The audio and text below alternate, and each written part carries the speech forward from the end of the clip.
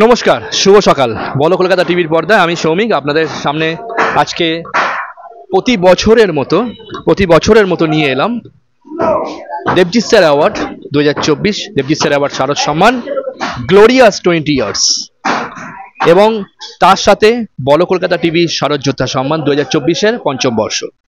আমরা পুজো পরিক্রমায় বেরিয়ে গেছি, আজ থেকে শুরু হয়ে গেছে আমাদের যুদ্ধ।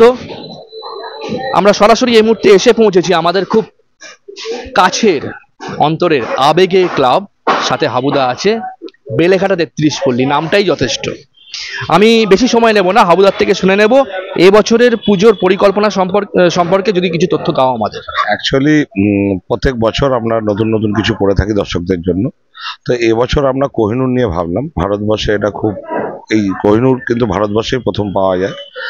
কাকাতিয়া সাম্রাজ্যের এরা প্রায় একটা কোল থেকে কয়লা, ওখানে দেবী কালীমাতা বলে আর কি, ইতিহাসে যা লেখা আছে যেটুকু পড়েছি তারই 3 নয়নে পাওয়া যায় কোহিনূর, এবং সেখান থেকে যাত্রাপথ কোহিনূরে, এবং এখন সেটা বর্তমানে লন্ডনে। তো এই যে মাঝখানের যে কোহিনূরের অনেকটা বড় যাত্রাপথ আছে, একটা ইতিহাসের জানা অজানা অনেক পাতা আছে, সেটাই কিন্তু এবার আমাদের মূলত থিমের মধ্যে ফুটে উঠবে 33-এর পল্লীতে। তাই যারা কোহিনূর নিয়ে, আমরাই অনেক কিছু জানতাম না, থিম করতে গিয়ে আমরা জেনেছি। আমরা জানি কোহিনূর ভারতবর্ষে পাওয়া গেছে, এখন লন্ডনে, বাস এইটুকুই জানতাম। কিন্তু মাঝখানে মোগল সাম্রাজ্য থেকে আরম্ভ করে, রানী ভিক্টোরিয়া থেকে আরম্ভ করে অনেক পার্ট, রানা রঞ্জিত সিং থেকে আরম্ভ করে অনেকের হাত বদল হয়ে এটা কিন্তু বর্তমানে লন্ডনে রয়েছে। এই যে জানা অজানা ইতিহাসের অনেক পাতা, এটাই আমরা ফুটিয়ে তুলবো এবার 33-এর পল্লী দুর্গোৎসবে। এবছরের শিল্পীকে? এবছরের শিল্পী হচ্ছে সম্রাট ভট্টাচার্য। তোমাদের কত বছর? এটা আমাদের 24 বছর। আমি শুনলাম সংক্ষেপে, আমি সরাসরি দেবজিৎ স্যারের কাছে চলে যাব। নমস্কার। অফিসিয়াল পরিক্রমা আজ থেকেই শুরু হলো। আমি গত সপ্তাহ থেকে শুরু করেছিলাম সব ক্লাবগুলো। উত্তর কলকাতায় অফিসিয়ালি আজকে এলাম এবং লাইভ দেখাচ্ছি, আপনাদের দেখতে থাকুন আপনারা। আমার খুব কাছের লোক হাবুদা, আর আপনাদের ভালোবাসা আশীর্বাদে এবছরে দেবজিৎ স্যার অ্যাওয়ার্ড আমার এটা 20 বছর হলো।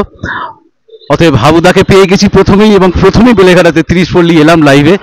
হাবুদার কাছে শুনে নিলেন। এবারে ওনাদের থিম, যেটা আমার প্রাণের শিল্পী সম্রাট করছে, কোহিনূর।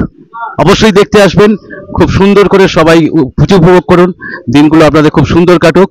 হাবুদা আছেন, তোমাদের ক্লাবে সবাই খুব ভালো থাকুক, ঠাকুরমা স্বামীজি চরণে আমি এই প্রার্থনাই জানাই।